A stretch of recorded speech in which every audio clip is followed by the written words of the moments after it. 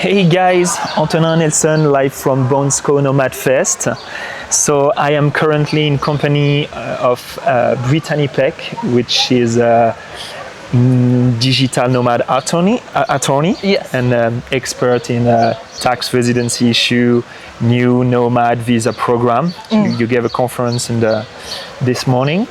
So it's your first time in Bansko, correct? Yes, my first time. I don't think it'll be my last, though. Okay, and tell us a little bit about you. Like, what's made you came to the world of nomads, and are you actually a nomad? Sure. So I moved from the US to Spain on the digital nomad visa. However, I've been traveling on and off for the last decade.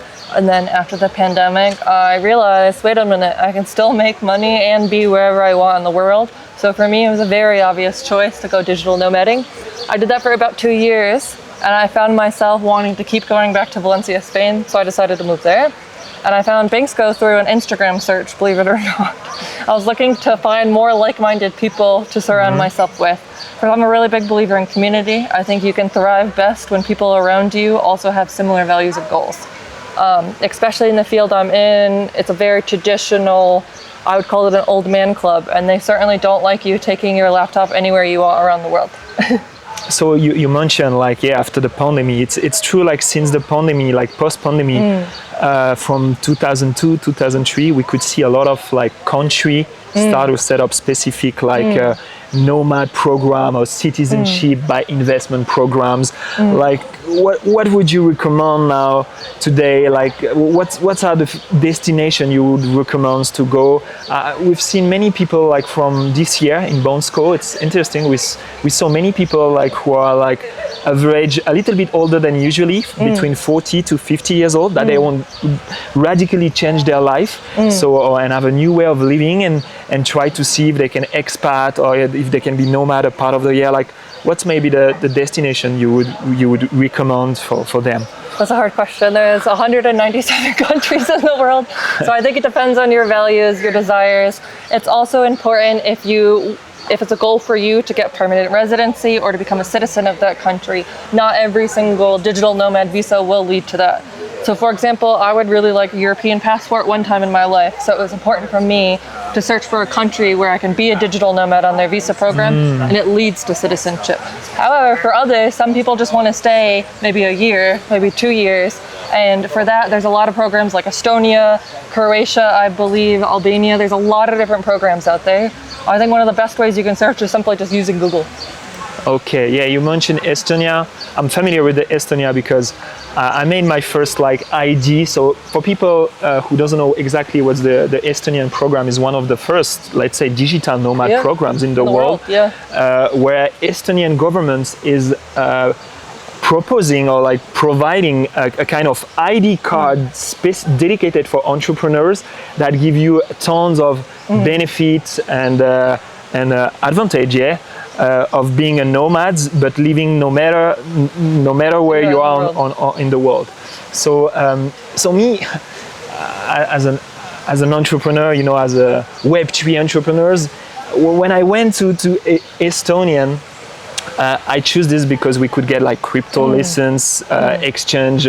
It was the beginning of this, but my business model changed, and I realized that I don't need right now the crypto exchange issue, and I'm offering like traditional like membership subscriptions, and I have to pay, for example, 21% VAT to the Estonian government, and at the end, I'm not sure if it's the best solution. So do you still like recommend like to go to Estonia, like if you're like an online marketer or internet infopreneur or just simple entrepreneurs? Like, do the government like is going to collect the 21% VAT for sure, no matter what you sell, or you get this money back? Yeah, I can't tell you for every single person. I know for a lot of people are happy with the program.